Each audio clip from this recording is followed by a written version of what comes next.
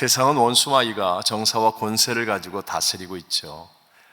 예수님 재림하시고 마지막 천년왕국이 이루어지기까지 악한 세력은 무섭게 역사합니다. 그래서 지금은 믿지 않는 사람들도 다 입을 열어 말세다 이런 말을 할 정도로 세상이 악화해지고 있고, 예측하지 못하는 이상기후, 천재지변, 사건, 사고, 또 불의가 가득하여 사람의 마음에 사랑이 식어지고 증오하고 미워하고 갈등하는 이 세대를 바라보며 정말 원수마귀가 무섭게 역사하고 있음을 우리 모두는 알 수 있습니다. 그럼에도 불구하고 하나님께서는 이렇게 귀한 감사하는 교회 같은 교회를 세우시고 영혼을 구원하시고 하나님의 꿈을 이루어 가시고 하나님의 나라가 세워질 수 있도록 능력을 부어주시고 은혜와 복을 부어주시고 계신 줄로 믿습니다.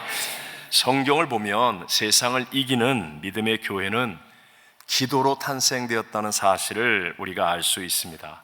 순서로 말한다면 먼저 말씀이 있고 그 말씀의 터전 위에 믿음의 집을 짓게 되는데, 그런데 그 믿음의 집은 기도할 때 하나님의 은혜와 능력을 부어 주심으로 말미암아 정말 위대한 믿음의 집이 지어진다는 거예요. 그래서 우리 사도행전에서부터 시작되는 교회의 역사를 바라보면 성령 하나님께서 기도하는 성도들에게 강림하셔서 세상에서 없었던 하나님의 능력, 이게 진짜죠. 진짜 기쁨, 진짜 감격, 진짜 소망, 진짜 사랑이 임하여서, 그래서 세상을 이기는 믿음의 사람들을 통하여서 하나님의 영광이 드러나게 되더라는 것입니다. 이렇게 기도가 중요하기 때문에 예수님께서는 정말 깜짝 놀랄 행동을 하시잖아요. 성전, 예루살렘 성전에 들어가셔서 상을 엎으시고 장사하는 사람들을 꾸짖으시며 그냥 의자를 들어 엎으시고 그러시면서 외치신 말씀이 무엇입니까? 이사야 선지자가 했던 내 집은 만민이 기도하는 집이라 일컬음이 될 것이라, 이렇게 외치셨거든요. 그만큼 기도가 중요하기 때문에 하나님의 마음을 알고 하나님의 뜻 안에서 거했던 사무엘 선지자는 비록 선지자의 역할은 은퇴를 하지만 그럼에도 불구하고 모든 백성들 앞에서 고백하기를, 기도하기를 쉬는 죄를 여호와 앞에서 결단코 범하지 않겠다. 기도하는 것을 쉬는 것을 뭐라고 얘기했어요? 죄다, 죄라고 얘기할 정도로 기도가 중요합니다. 모든 교회를 세우고 기독교인들을 믿음의 길로 이끌었던 사도 바울도 우리에게 말하기를 쉬지 말고 기도하라. 쉬지 말고 뭐하라? 기도하라. 기도하라 라고 말씀하는 거예요. 자, 오늘 우리가 함께 읽었던 말씀이 누가복음 말씀입니다. 누가복음 11장 말씀인데요, 저희가 5절부터 이렇게 읽었지만 그 말씀의 배경이 되는 말씀이 11장 1절에 있습니다. 다 같이 한번 1절을 읽어볼까요? 예수께서 한 곳에서 기도하시고 마치심에 제자 중 하나가 여짜오되 주여, 요한이 자기 제자들에게 기도를 가르친 것과 같이 우리에게도 가르쳐 주옵소서. 아멘. 자, 예수님께서 한 곳에서 무엇 하시고 마치심에? 기도하시고 마치심에. 예수님은 하나님이십니다. 육체를 입고 이 땅에 오신 하나님이신데도 불구하고 이 땅에서 기도하셨습니까? 안 하셨습니까? 기도하셨습니다. 여러분 아멘이십니까? 예수님은 모든 순간마다 중요한 일마다 기도하셨습니다. 제자들을 뽑을 때는 철야하며 기도하고 산에 올라가 기도하시고 금식하며 기도하시고, 그리고 십자가를 지시기 전에는 이 핏방울이, 땀방울이 핏방울처럼 땅에 떨어지도록 간절하게 기도하셨습니다. 그리고 오늘 본문에 뭐라고 얘기합니까? 제자들이 요한이 자기 제자들에게 기도를 가르친 것과 같이 우리에게도 가르쳐 주옵소서라고 제자들이 요청하지 않습니까? 그럴 때 예수님께서 야, 기도는 그냥 알아서 하는 거야. 뭘 배우려고 그래? 괜찮아. 이렇게 얘기하지 않고 예수님은 너희는 이렇게 기도하라 하시면서 기도를 가르쳐 주셨습니다. 여러분, 산상수훈에서도 예수님은 주님의 기도문을 가르쳐 주시잖아요. 너희는 이렇게 기도하라. 이것은요, 명령형이에요. 이렇게 기도하라 라고 말씀하는 겁니다. 여러분이 잘 아시다시피 예수님께서는 특별히 설교를 따로 가르쳐 주신 적이 없어요. 이렇게 설교해라 그렇게 말씀하지 않습니다. 또 찬양을 특별히 따로 가르치시면서 이렇게 찬양하라 이렇게 하신 적이 없어요. 교회 행정을 가르치면서 교회는 이렇게 해라 이렇게 말씀하신 적도 없습니다. 근데 놀랍게도 예수님께서는 너희는 이렇게 기도하라 라고 기도를 가르쳐 주셨습니다.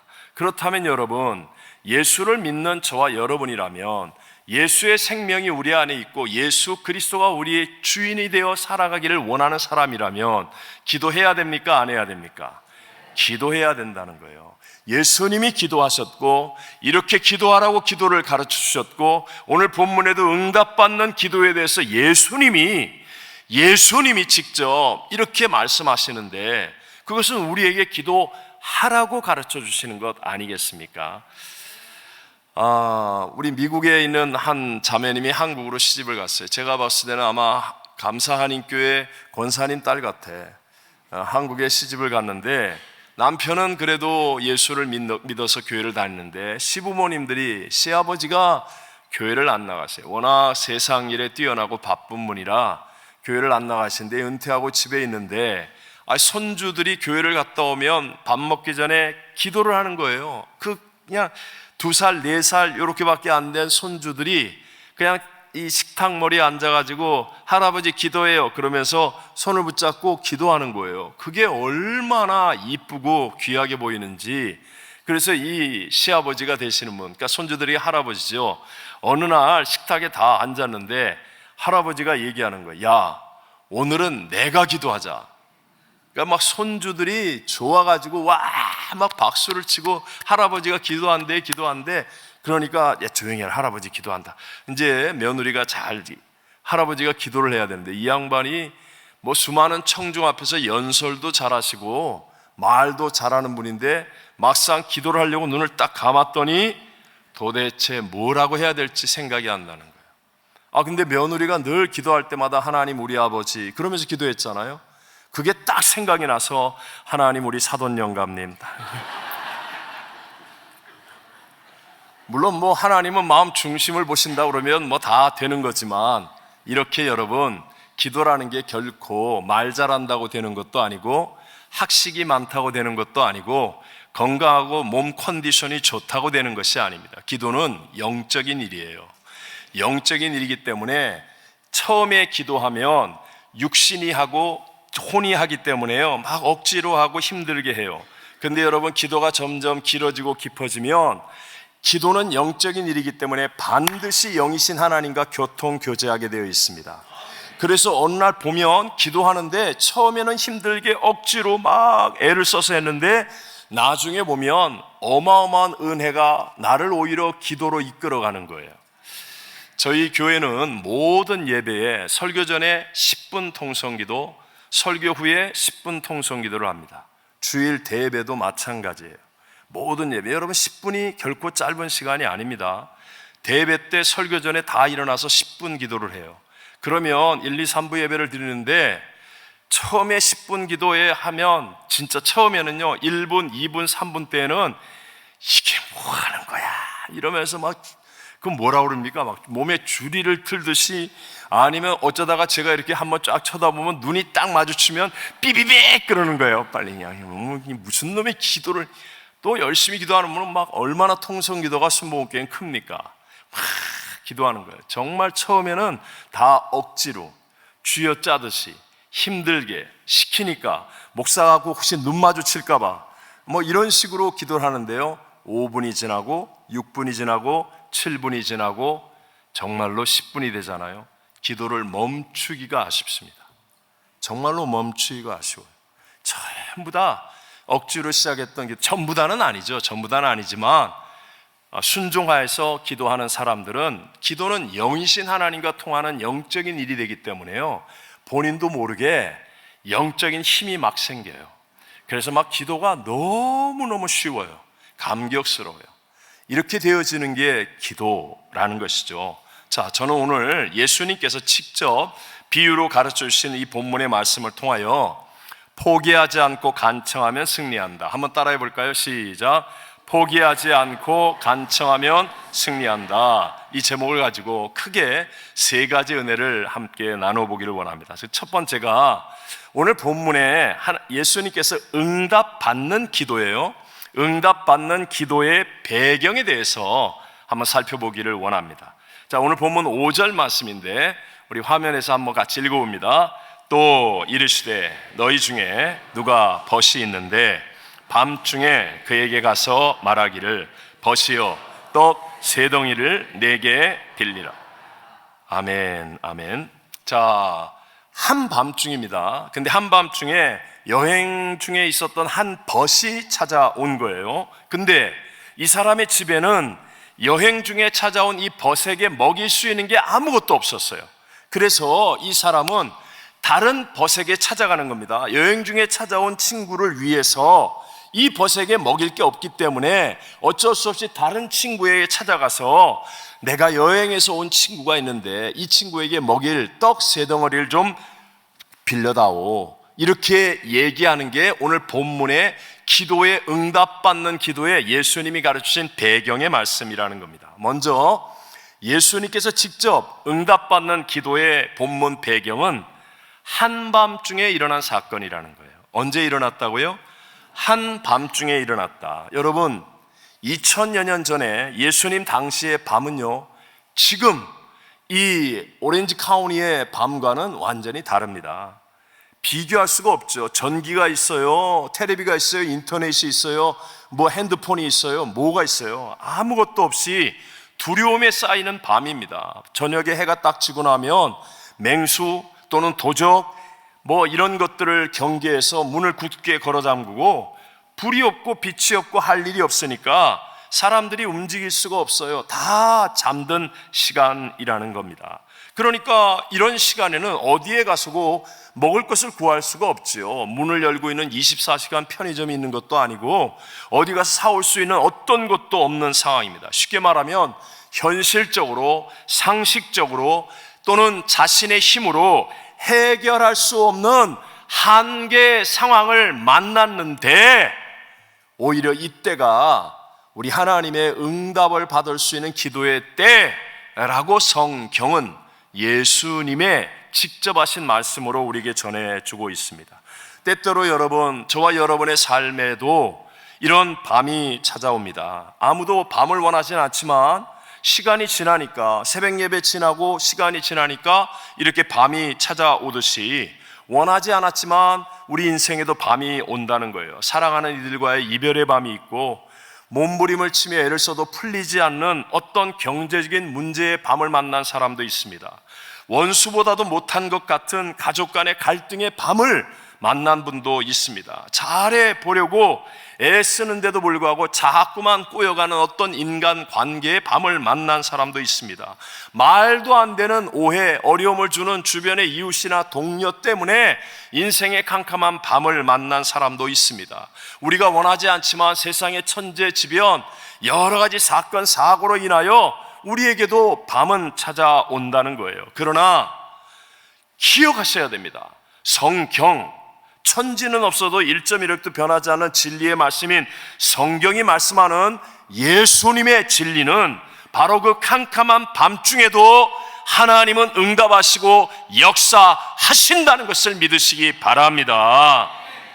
여러분, 우리가 잘 아는 노아의 시대를 보십시오. 노아의 시대는 사람을 지으시고 보시기에 심히 좋았더라 하셨던 그 하나님께서도 사람 지으셨음을 한탄할 지경으로 온 세상이 악으로 가득했어요. 사람의 마음의 생각의 계획이 항상 악할 뿐임을 보시고 하나님이 한탄할 정도로 캄캄한 밤이었다는 것입니다. 그러나 그와 같은 캄캄한 밤중에도 우리 하나님은 역사하시잖아요. 노아에게 은혜를 베푸시고 방주를 짓게 하시고 인류 구원의 새 역사를 이루어 가시더라는 것입니다. 우리 어제 저녁에 말씀을 나누었던 것처럼 여러분, 홍해 앞에 놓여있는 이스라엘 백성들, 앞에는 창일거리는 바다, 좌우로는 사람이 오르기 어려운 기암절벽, 뒤에는 세계 최강의 애굽의 바로왕과 그의 군대들, 여러분 정말 사면초가의 위기 상황입니다. 그러나 하나님은 그와 같은 캄캄한 밤중에도 역사하시잖아요. 우리 인간의 생각을 뛰어넘어 만약에 하나님이 내가 생각하는 방법으로만 역사하신다면 그분이 무슨 하나님입니까? 그분은 사람이 만들어 놓은 신이지 천지와 만물을 주관하는 하나님이 아닙니다. 천지와 만물을 주관하신 하나님은 내 수준이 아니라는 거예요. 나하고 클래스가 달라요. 나보다 레벨이 높아요. 내가 상상하지 못하는 하나님의 수천 수억만 가지의 방법으로 역사하실 수 있는 분인 줄로 믿습니다. 그러니까 아무도 상상하지 못했던 바다가 갈라져서 길이 만들어지는 일이 일어나더라는 거예요. 캄캄한 밤중에 말입니다. 여러분, 예수님이 십자가에 매달려 죽으실 때 그 고통 가운데 멸시조롱 천대, 침뱉음, 주먹질, 수치를 다 당하지 않았습니까? 사람들은 다 놀렸습니다. 그리고 예수님 다 이루었다 하시고 죽으시고 무덤에 장사되었을 때 아마도 캄캄한 밤중이 아니었겠습니까? 제자들은 낙심했고 뿔뿔이 흩어졌고 정말로 캄캄한 밤중과 같았습니다. 그러나 우리 하나님은 그 캄캄한 밤중에 무덤에 묻히신 예수 그리스도를 다시 이렇게 세웁니다. 사망 권세를 깨어뜨리고 부활의 첫 열매가 되도록 하나님은 가장 위대한 새 역사를 이루어 주신 줄로 믿습니다. 오늘날도 마찬가지라는 거예요. 맞습니다. 저와 여러분 캄캄한 밤중을 만날 수 있습니다. 내 힘으로는 해결할 수 없는 절대 위기가 우리에게 다가올 수 있습니다. 그러나 여러분 기억하십시오. 우리는 그것으로 인하여 절망하거나 포기해서는 안 된다는 거예요. 왜요? 우리가 믿는 하나님은 문제보다 크십니다. 아멘이십니까? 내가 믿는 하나님은 불경기보다 크십니다. 우리가 믿는 하나님은 질병보다 크십니다. 여러분, 크십니다. 이 하나님을 믿고 있는 한 우리는 포기하지 말아야 됩니다. 제발 예수를 믿으면 밤이 오지 않을 것이라는 거짓말에 속지 마십시오. 예수를 믿는다고 여러분 꽃길을 걷는 거 아니에요?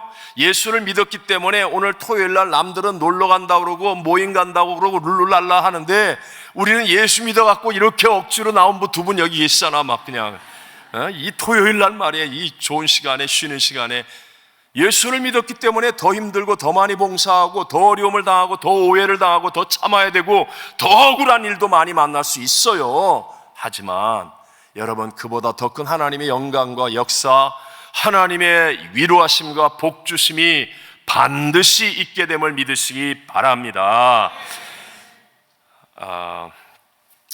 제가 1997년도 9월 달에 조영희 목사님 초청 브라질 성회가 있었습니다. 그런데 그때는 이제 상파울로에서 제일 큰 실내 체육관이 이비라뿌에라라는 실내 체육관인데 67,400명이 들어가는 실내 체육관입니다. 운동들을 좋아하기 때문에 체육관이나 뭐 이런 축구장 이런 것들은 참 잘 지어 놓습니다. 다 예약을 하고 몇 달 전서부터 아니 몇 년 전서부터 준비를 해왔는데 조영희 목사님의 브라질 성회가 있고 난 그 다음에 바로 교황의 방문이 있어요.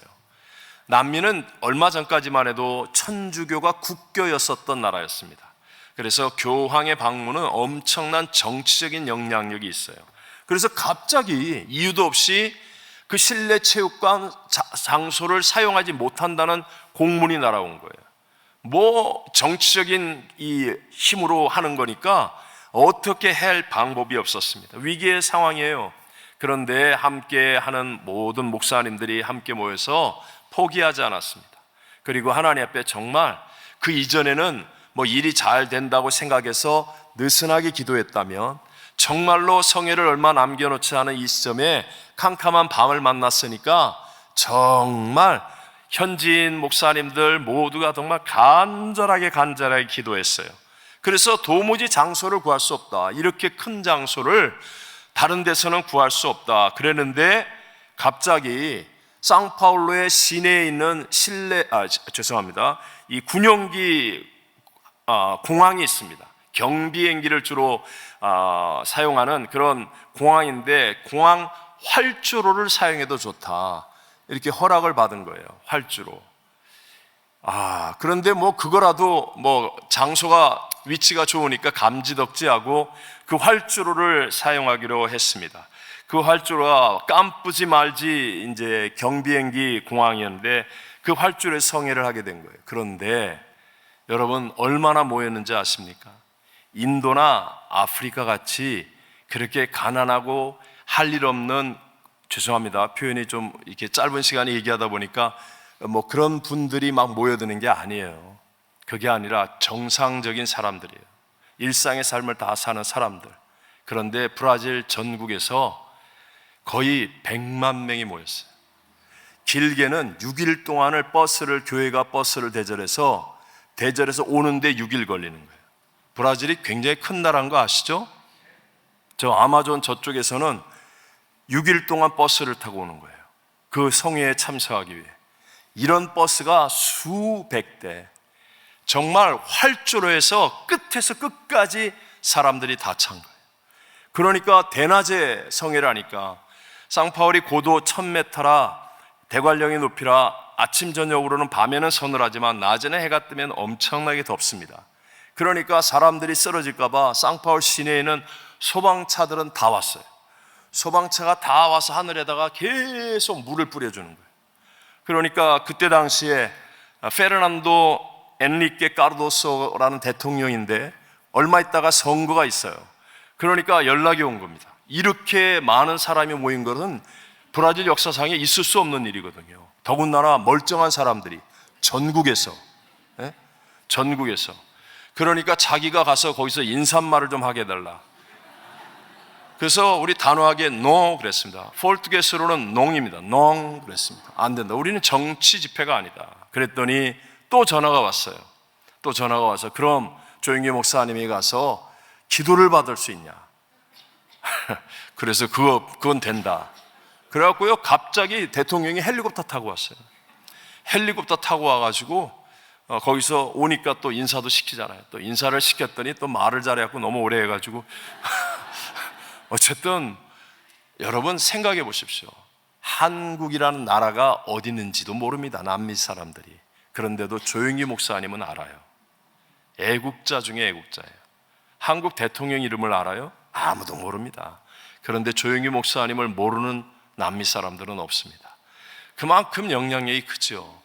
그 일이 단순히 장소가 바뀌어지고 성회를 성공했다는 것에서 끝나는 게 아니라 정말 놀라운 브라질의 선교, 개신교 부흥과 성령운동의 획을 긋는 역사가 되었어요. 그 위에 어마어마한 부흥이 각 지방에, 각 교회에 일어나기 시작하고 성령운동이 일어났어요. 지금은 브라질이 사실은 한국이 미국 다음으로 선교사를 많이 파송한 나라라고 말하지만 브라질에서는 브라질이 더 많은 개신교 선교사를 파송했다고 이야기합니다. 왜냐하면 이분들은 이 통계가 좀 안 돼요. 통계가 잘 안 나와요. 그렇기 때문에 그래서 그렇지 실제로 봐도 느낌적으로도 개신교회가 새롭게 일어나고 핍박 속에 일어나기 때문에요, 교회들이 얼마나 뜨거운지를 모르고요, 교회가 일어나면 반드시 선교사를 남미 전역의 아프리카에 어마어마하게 보내는 거예요. 그러니까 눈으로 봐도 야 정말 많은 선교사. 그러니까 자기들은 몇만 명이 나가 있다. 우리나라가 2만 몇천 명 얘기하는데 뭐 자기들은 한 4, 5만 명은 나갔다. 이게 정식으로 딱 통계가 안 나왔어요. 어쨌든 간에 여러분 그런 놀라운 역사가 오히려 역으로 일어나더라는 겁니다. 캄캄한 밤을 만난 것 같았지만 포기하지 않고 절망하지 않고 정말로 간절히 기도하니까 우리 하나님은 놀랍도록 더 큰 선으로 만들어 주시는 분임을 믿게 되시기를 바랍니다. 또 이 응답받는 기도의 배경으로는요, 자기를 위해서 기도한 게 아니라 친구를 위해서 기도했다는 거예요. 맞죠 여러분? 예수님께서 가르쳐 주신 기도, 자기가 떡 먹으려고 지금 구하러 간 거예요? 너무 어려운가? 질문이. 오늘 설교 시간은 여러분이 책임지는 거예요. 네. 자기가 떡 먹으려고 지금 친구한테 떡 달라고 구하는 거예요? 아니잖아요. 여행 중에 돌아온 친구를 먹이기 위해서, 친구에게 먹일 게 자기 집엔 없었으니까 친구를 먹이기 위해서 이 사람이 지금 다른 친구에게 찾아가서 떡이 있을 만한 친구 집에 찾아가서 떡 세 덩어리를 구하고 있는 것이 예수님이 말씀하시는 응답받는 기도의 배경이었다는 것입니다. 여러분, 기독교가 갖고 있는 귀중한 진리가 무엇입니까? 패러독스, 이 역설의 진리, 우리는 줌으로써 더 많아지는 겁니다. 아멘이십니까? 내가 오히려 손해를 보는데 나중에 보면 하나님께서 모든 것으로 합력하여 선을 이루어 주시는 것입니다. 내가 십자가에서 죽으면 바보가 되는 게 아니라 내 안에 예수 그리스도가 주인 되어 살아남으로 더 놀라운 인생이 되어지는 줄로 믿습니다. 이게 우리 기독교가의 역사입니다. 여러분, 미국이라는 나라가 짧은 역사 아닙니까? 뭐 한국이든 유럽이든 아시아든 어디에 비해 봐도 짧은 역사 속에서 하나님의 역사가 가장 왕성한 나라가 된 이유가 무엇이겠습니까? 여전히 세계에서 가장 많은 선교사를 파송하고 복음의 능력으로 가장 많이 구제하고 가장 많이 베푸는 다른 나라들의 필요를 채워줄 줄 아는 나라였었기 때문인 거예요. 하지만 지금 점점 세계에서 가장 싫어하는 나라가 되어가고 있는 이유가 뭐예요? 그것은 미국이 자꾸만 이유야 여러 가지가 있지만 말과 표현에 있어서도 조심스러운 것은 너무 미국 중심의 이기심 때문에. 사실은 미국이란 나라는 이민의 나라입니다. 이민의 나라. 그래서 문을 열고 이민자들을 잘 포용했기 때문에 인재들이 나오고 거룩한 경쟁 속에서 이 복음의 시스템이 작동하니까 모든 것들을 소화해서 정말 앞서는 나라가 되었는데, 복음의 시스템이 작동하지 않는 것을 고쳐야 하는데 이것이 고쳐지지 않고 자꾸만 폐쇄적이 되어지면, 그러면요 미국도 존경받는 나라에서 미움을 받는 나라로 바뀌어질 수밖에 없다는 거죠. 외람 때 말씀이지만 저희 교회는 중보기도를 많이 합니다. 여러분 여기나 저희 교회나 다 거기가 거기고 한 다리 건너면 다 아는 사람이니까 목사가 무슨 거짓말을 할 수는 없잖아요. 하지만 저희 교회는 중보기도를 많이 합니다. 토요일날 새벽 예배가 딱 끝나면 담임 목사 사역을 위한 중보기도팀들이 중보기도실에 가서 정말 열심히 기도합니다. 매주일 1, 2, 3부 예배 때 주일 1부 예배를 드린 성도가 가서 2부 예배나 3부 예배 때 그 예배 시간 내내 중보기도합니다. 2부 예배 드린 성도가 1부나 3부를 위해서 중보기도합니다. 중보기도 열심히 합니다. 모든 예배 전에, 수요 예배, 금요 예배 전에 중보기도 팀들이 7시 반에 예배를 시작하면 6시부터 모여서 중보기도를 합니다. 물론 많은 숫자가 오는 건 아니에요. 하지만 정말 뜨겁게 기도합니다. 그리고 성도들의 필요를 위해서 성도들이 처음에는 자기의 약점을 알리고 기도 제목을 알리는 것을 힘들어했습니다. 그렇잖아. 이민사회에 정말 이렇게 개방하기가 쉽지 않은데 그런 것들, 자기의 약점이나 문제나 어려움을 얘기한다는 거 결코 쉬운 일이 아닌데, 그런데 여러분, 중보기도는 하나님의 응답 가운데 가장 확실하게 빨리 임하는 응답이 중보기도예요. 남을 위해서 기도하는 것은 정말 가장 확실하게 빨리 응답되거든요. 그런 응답이 체험되어지니까 지금은 저희 중보기도 팀들의 이 기도 네트워크가 얼마나 강력하고 또 훌륭한지 모릅니다. 제가 속한 총회 같은 경우는 특별히 아픈 분들이 저희 교회 중보기도팀에 요청을 해요. 그래서 같이 기도합니다. 그럼 반드시 정말 놀라운 역사가 일어나요. 얼마 전에도 지난 주간이었어요. 우리 한 목사님이 눈을 크게 다쳤는데, 이분이 눈이 약한 분인데 눈을 다쳐서 실명하지 않을까 걱정하고 병원에서도 의사들도 굉장히 너무 눈이 피가 나고 눈이 부어서 지금은 모르니까 다 좀 이따가 검사해야 되는데 어찌 될지 모르겠습니다 이러고 있었는데, 그때 중보기도를 요청했어요.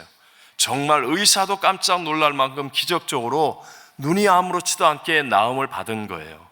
그러니까 사모님이 너무 고마워서 정말 진실된 마음으로 카드를 써서 동부에 계신 분이에요. 성전 이 헌금을 어려운 교회인데 감사의 마음의 글과 함께 그걸 보낸 거예요. 그래서 제가 너무 감동을 받아서 제가 저희 교회 주보에도 사진을 찍어 싣고 성도들에게도 얘기해서 은혜를 함께 나누기도 했죠. 제가 자랑하는 게 아닙니다. 자랑하는 게 아니고요, 남을 위한 기도. 여러분이 만약에 지금 42주년이 되었지 않습니까? 42주년이 된 교회의 성도로서 5년을 다녔던, 3년을 다녔던, 2년을 다녔던, 1년을 다녔던 예수를 믿고 있다면 여러분의 기도 속에 맨날 우리 아들, 우리 딸, 우리 집, 내 건강, 우리 아버지 엄마 건강, 우리 집, 우리 사업, 우리 직장, 이렇게만 기도하지 마시고 우리 구역, 우리 교회 이렇게만 기도하지 마시고 여러분 제발 여러분의 기도의 지경이 조금 더 넓어지게 되시기를 바랍니다. 그러면 정말 주님이 기뻐하세요. 우리 하나님의 눈으로 바라볼 때는 우리 감사하는 교회나 나성순복음교회나 여러분 다 그게 그거 아니에요? 그래요 안 그래요? 별로 감동을 안 받네. 나 여기 오기 전에요 6시에 딱 출발하는데 저희 선교팀이 에콰도르 선교팀이 도착했거든. 공항에 도착해서 아직 이제 나오질 못하고 있어서 식사를 준비하고 있는데 거기 계신 권사님들과 함께 우린 교회 토요일날 7시부터 또 중보기도를 합니다. 성전에서. 그분들이 다 오늘 이 집회를 위해서 기도합니다 이렇게 얘기하는 거예요. 할 것 같아요 안 할 것 같아요? 하고 있어요. 하고 있어요. 근데 제가 왜 이 이야기를 하느냐, 제가 목회자의 양심과 신앙의 눈으로 봤을 때 그렇게 중보 기도하는 분들이 영적으로 가장 강건하기 때문에, 정말이에요. 그분들이 형편이 좋고 뭐 이민 생활을 잘하고 뭐 크게 유명한 그런 분이 아니라 할지라도 늘 중보 기도하는 분들을 보면 항상 영적으로 건강해요. 기쁨이 있고 감사가 있고 성령의 역사하심이 충만해서 역동적인 생명력이 흐르고 있어요. 이게 목회자의 양심과 신앙으로 이게 너무나 분명하기 때문에 여러분들도 정말 여러분의 신앙이 머물러 썩는 물이 아니라 계속해서 역동적이고 생명력이 넘쳐나는 신앙생활, 어제의 감격을 잃어버리지 않고 오늘도 새로운 감격 속에 살아가기를 원한다면, 그렇다면 여러분도 남을 위하여 기도할 수 있는 은혜가 있게 되시기를 바랍니다. 네. 야고보서 4장 2절과 3절에 말하잖아요. 너희가 얻지 못함은 구하지 아니하기 때문이요 구하여도 받지 못함은 정력으로 쓰려고 잘못 구하기 때문이다 라고 말하는 거예요. 가장 올바른 기도는 우리의 기도를 강력하게 하고 응답을 체험하여 영적인 능력이 쌓여지게 하는 기도는 중보기도입니다. 여러분 중보기도가 많아지게 되시기를 주의 이름으로 축원합니다. 자, 큰 두 번째로요. 자, 오늘 예수님이 말씀하신 응답받는 기도의 배경에 대해서 살펴보았는데, 배경은 캄캄한 밤중에 일어난 사건이며 자기를 위한 게 아니라 찾아온 친구를 위해서 구하는 기도였다는 것. 자, 두 번째로 그럼 응답받는 기도를 어떻게 했느냐 하는 거예요. 어떻게 했느냐. 자, 8절 말씀을 같이 한번 읽어보겠습니다.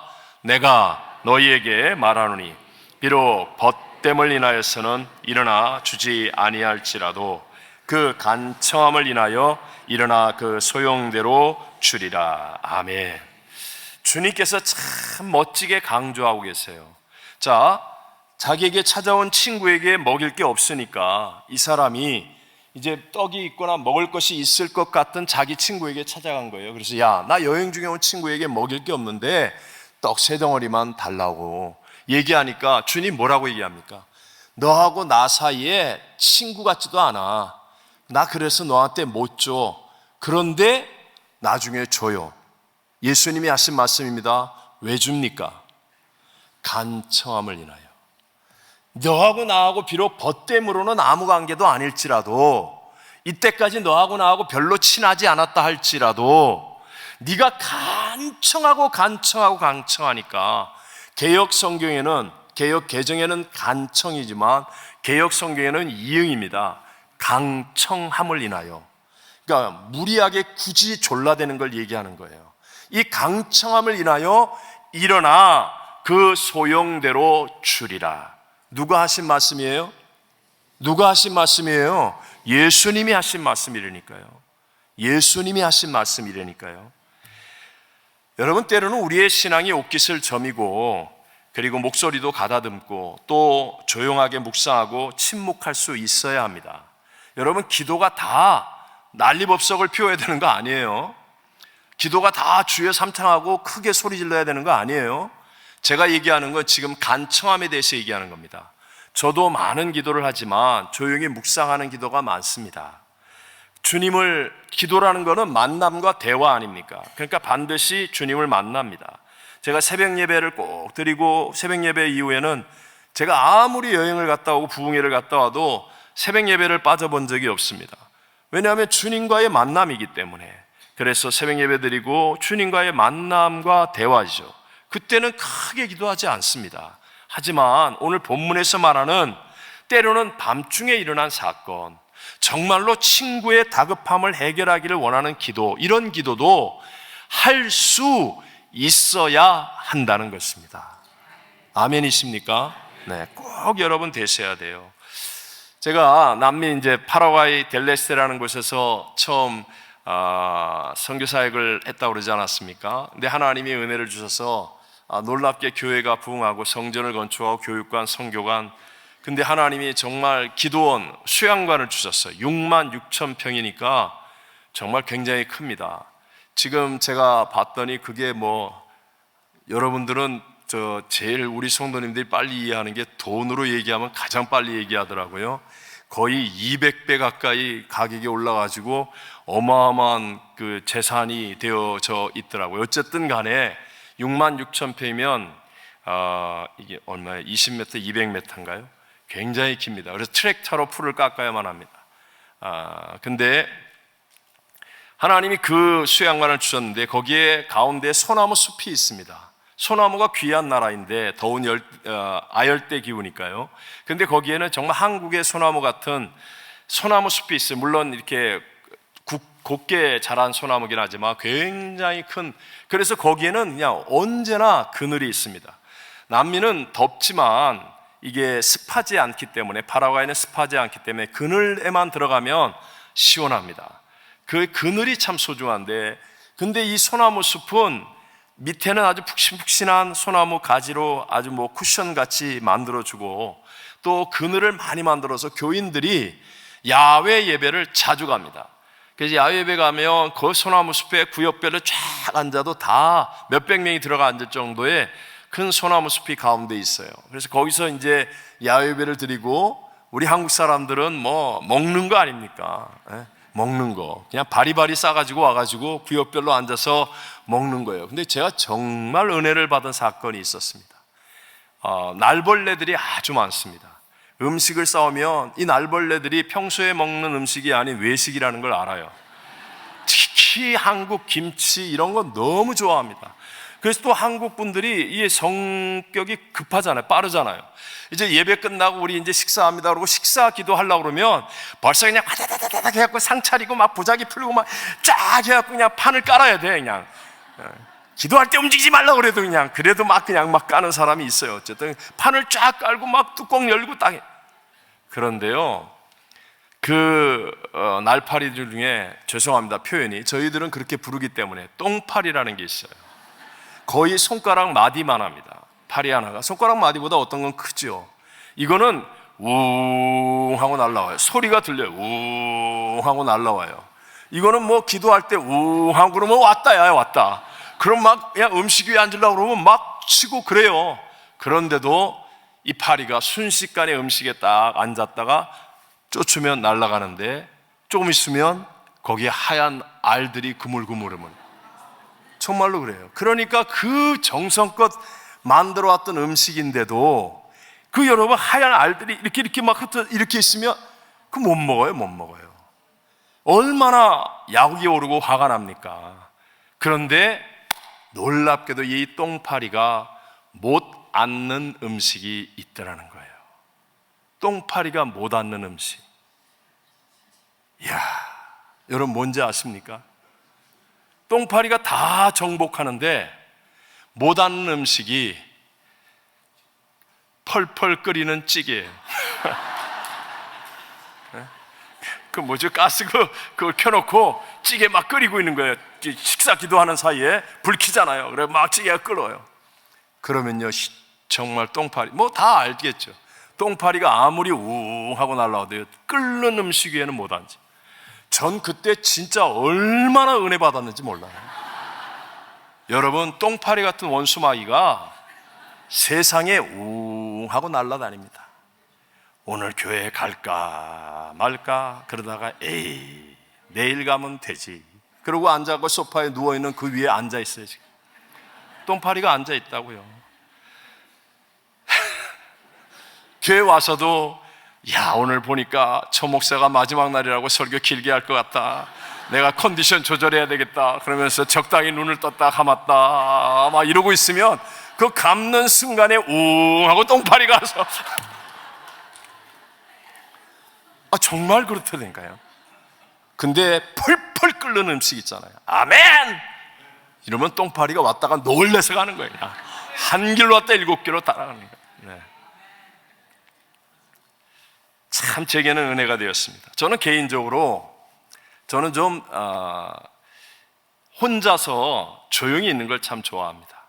워낙 제가 일 중심형이기 때문에 좀 그런 스타일입니다. 그래서 제가 집에 딱 들어가면 그러면 저희 아내나 저희 아이들이 다 아빠 왔다 쉿 그래요. 저는 집에 들어가는 시간이 좀 많지 않기 때문에 그냥 아빠가 들어오면 아빠가 조용히 자야 되거나 쉬어야 돼.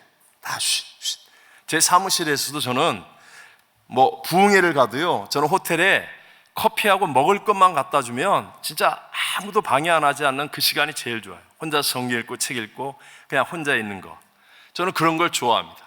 혼자서 정리정돈 해가지고 이렇게 있는 그런 것을 좋아합니다. 하지만 여러분 정말 간절하게 기도해야 될 때만큼은 여러분 뜨겁게 기도할 수 있어야 한다는 것입니다. 제가 두 번째로 사역했던 곳이 상파울로라고 그러지 않았습니까? 그 상파울로에도 기도원이 있습니다. 제가 금요일 날 저녁 예배가 끝나면 늘 차를 타고 기도원에 가서 이제 토요일 날까지 하나님 주시는 말씀을 받기 위해서 있었던 곳이에요. 왜냐하면 상파울로도 바쁘기 때문에 핸드폰을 내려놓고 혼자 있는 시간이 필요했기 때문에 그렇게 했었습니다. 그러니까 참 좋은 기도원이에요. 근데 그 기도원에는 특징이 아주 멋진 대나무 숲이 있습니다. 기도원에 성전이 있고 테니스장도 하나 만들어 놓았고요. 그다음에 숙소들이 쫙 있고, 그런데 대나무 숲이 멋지게 뒤에 있고 옆에 있고 이렇게 있어요. 근데 이 대나무 숲이 참 멋있습니다. 왜냐하면 너무 곧게 높이 자랐어요. 밑에서 보면 정말 하늘을 덮도록 그냥 대나무들이 숲을 이루어서 쫙 자란 게 참 멋있어요. 여러분, 대나무가 별로 가지도 두껍지 않은데 어쩜 그렇게 곧게 높이 잘 자랄 수 있습니까? 다른 이유가 아니잖아요. 쭉 자라다가 마디가 맺어지는 거예요. 마디가 탁 맺어질 때 맺어지면 그 다음에 또 쭉 자라고, 마디가 탁 맺어지고 그리고 쭉 자라는 겁니다. 여러분, 이렇게 부흥회를 하고 특별한 기념 행사를 하고 이럴 때는 여러분 마디가 맺어지듯이 하나님 앞에 강청하여 기도할 수 있는 사람이 되시기를 바랍니다. 네? 이런 때 무슨 자기가 굉장히 평소에는 전혀 점잖지 않으면서 꼭 기도할 때만 되면 괜히 점잖은 척하고 그러지 마시고 마디가 맺어지듯이 하나님 앞에 정말 부르짖어 기도할 수 있는 사람이 되는 것, 이것이 정말로 우리의 신앙의 영적인 삶을 위해, 승리를 위해 중요하다는 것이에요. 반면에 소쿠리 같은 신앙 있잖아요. 여러분, 소쿠리 옛날 분 다 아시잖아요. 소쿠리를 물에다가 딱 담궈놓으면, 개울물에 담궈놓으면 소쿠리 안에 물이 꽉 들어차 있잖아요. 근데 소쿠리 한번 들어보세요. 소쿠리 한번 휙 들면 순식간에 물 쫙 빠지고 빈 소쿠리 아닙니까? 부흥회 때, 예를 들어서 예배 때 앉을 때는 막 다 은혜가 충만한 것 같아. 근데 저 문만 열고 딱 나가면 주차장에서부터 그냥 은혜는 샥 빠져나오고, 어떤 놈이 내 차 앞에다가 차를 갖다 대놨어 말이야. 그냥 식당 가가지고 어떤 놈이 내 앞에 새치기를 하고 말이야. 순식간에 그냥 은혜의 물이 싹 빠져버리는 그런 소쿠리 같은 신앙이 되어서는 안 된다는 거죠. 그래서 우리가 하나님 앞에 강청하여 기도할 수 있어야 됩니다. 하나님은 절대로 완벽한 사람을 찾지 않습니다. 하나님이 보실 때 저 위에서 보면 우리나라식으로 얘기하면 63 빌딩이든 1층 단층집이든 저 위에서 보면 뭐가 높고 낮습니까? 다 낮은 거죠.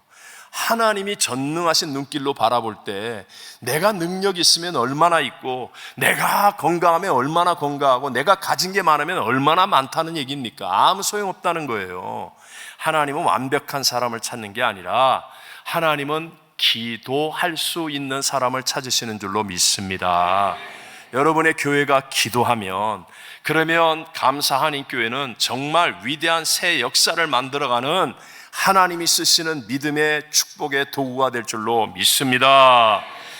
10절에 뭐라고 그럽니까? 구하는 이마다 받을 것이요 찾는 이가 찾을 것이요 두드리는 이에게 열릴 것이니라라고 반복하여 말씀하고 있지 않습니까? 하나님은 약속하신 것을 안 지키면서 영영 죽겠지, 약오르지 그러면서 이렇게 우리를 놀리고 하시는 분이 아니에요. 우리가 기도를 안 해서 그렇지, 정말로 내 마음을 열고 Not I, but Christ의 믿음을 가지고 하나님 앞에 강청하여 기도할 수 있으면 놀라운 은혜와 능력을 체험하고 간증하는 사람이 되어질 줄로 믿습니다. 마지막 세 번째로, 간청하는 기도에 대한 최고의 응답입니다. 하나님 반드시 응답하시지 않습니까? 여러분, 기도에 대한 응답은 누가 약속하신 거예요? 하나님이 약속하신 거예요. 기도의 아이디어는 하나님의 아이디어입니다. 여러분, 하나님은 중언부언하시거나 일구이언하시는 분이 아니에요. 하나님의 아이디어가 기도고 하나님의 약속이, 응답 약속이 기도입니다. 하나님은 우리가 잘 되기를 원하시는 분이에요. 그 아들도 아끼지 않고 내어주시니가 왜 우리에게 구하는 이에게 좋은 것을 주시지 않겠습니까? 하나님 우리에게 주시기를 원하시는데, 반드시 약속을 이루시는데, 근데 중요한 건 하나님이 주시기를 원하는 가장 좋은 응답이 무엇인지를 우리가 확실하게 알아야 한다는 거예요. 함께 우리 11절로 13절의 말씀을 같이 한번 읽어보겠습니다. 너희 중에 아비된 자로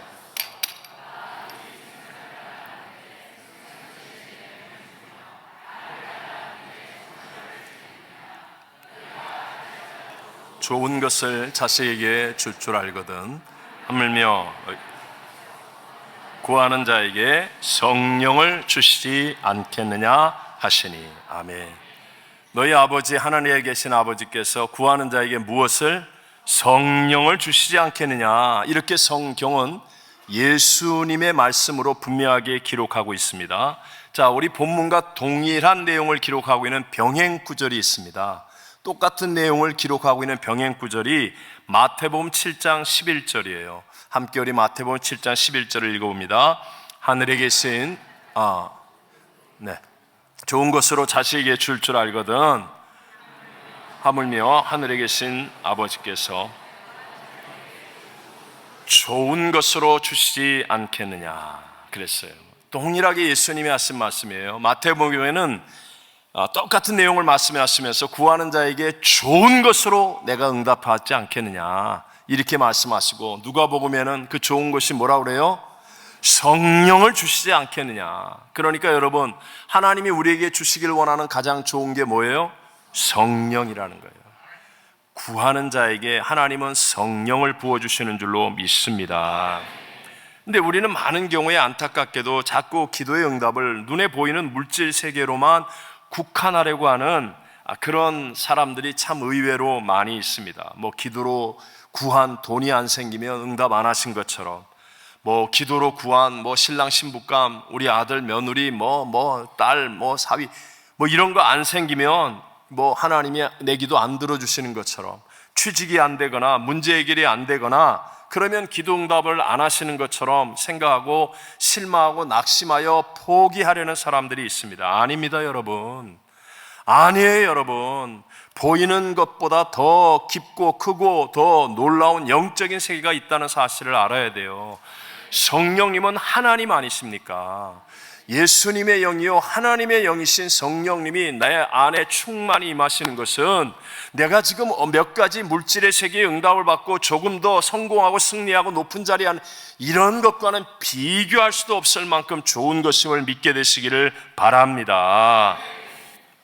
참 이게 제가 외람 때인데 할 수밖에 없습니다. 부흥회니까 그냥 간증으로 하겠습니다. 제가 처음에 남미에 갔을 때, 하나님이 훈련하실 때 그 훈련의 한 단계로 물질적으로 정말 어려움을 많이 겪었습니다.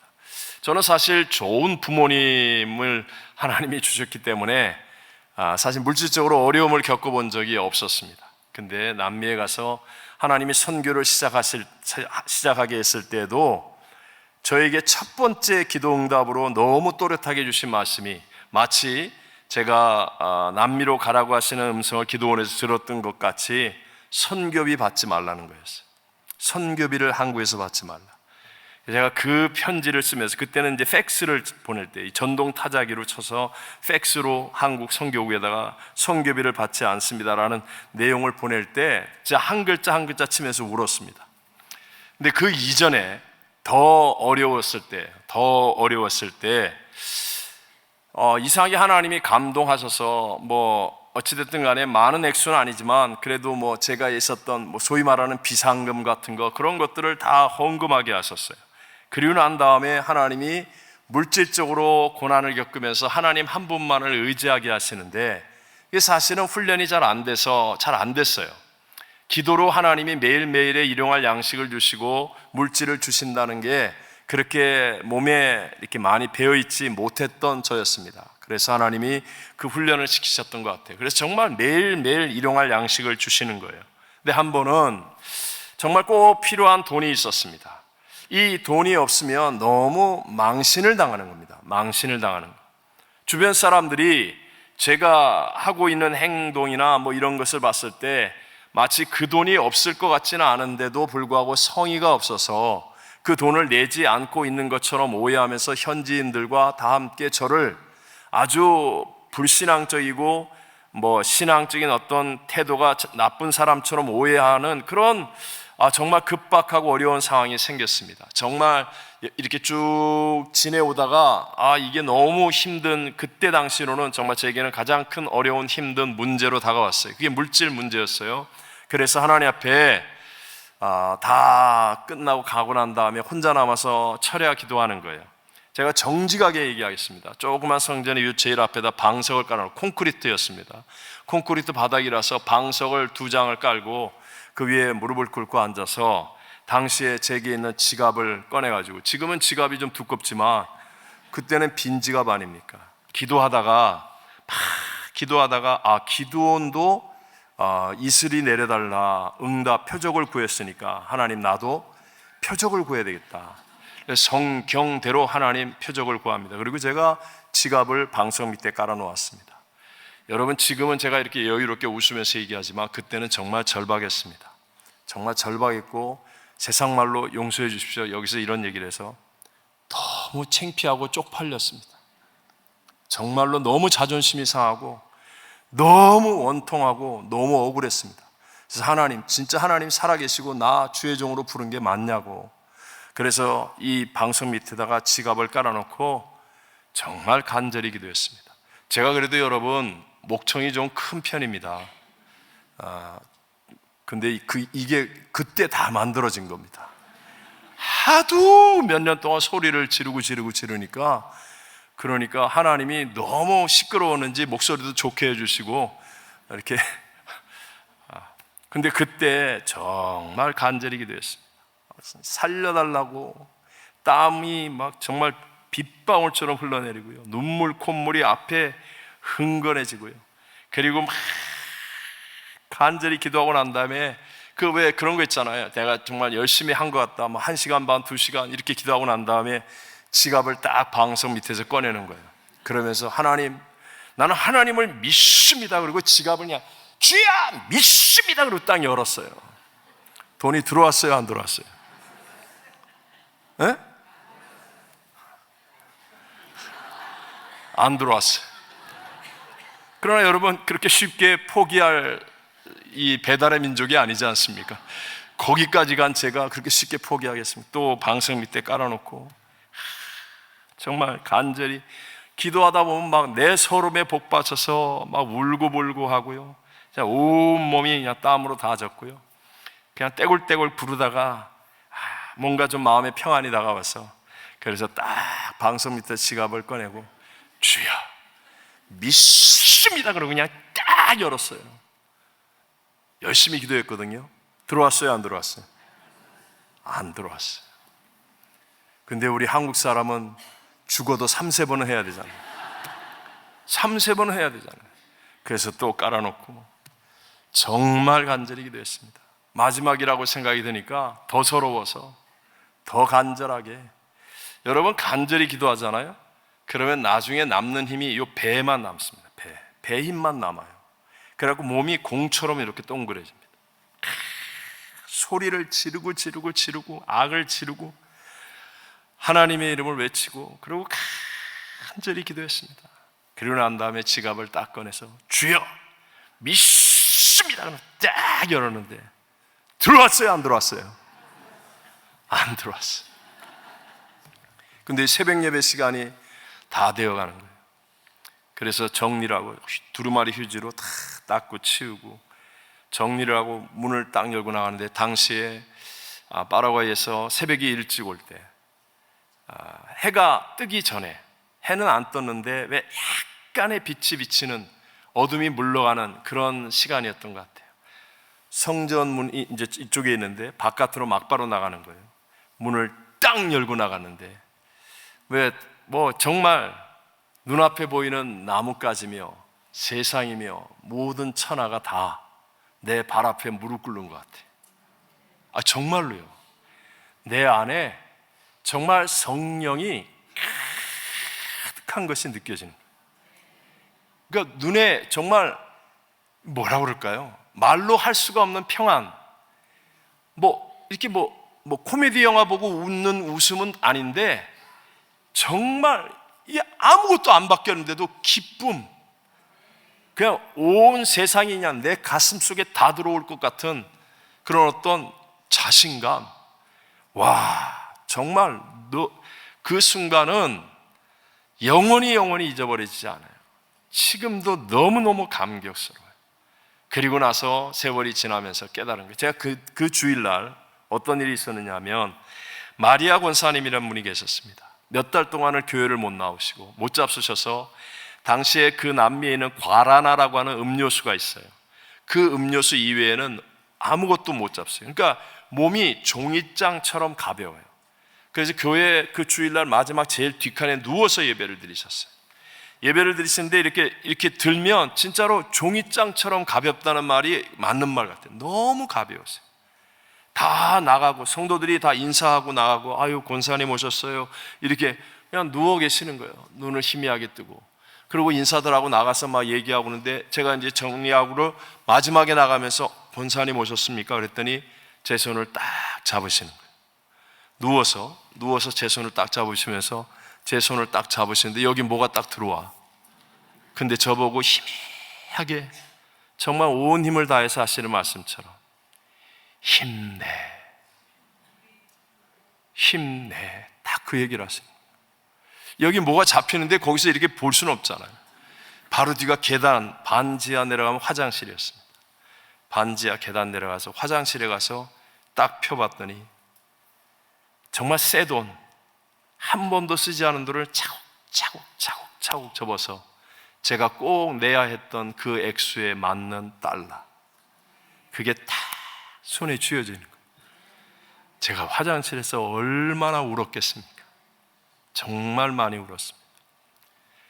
그리고 나중에 깨달았습니다. 여러분, 만약에 하나님이 그때 이 지갑 안에 달러를 넣어주셨다면 얼마나 넣으셨겠습니까? 몇만 불? 10만 불? 끼케야 그거잖아요. 근데 그 이후로 제가 절대로 보이는 것으로 말하면 이게 자랑처럼 들리고 거짓말이 될 수도 있어요.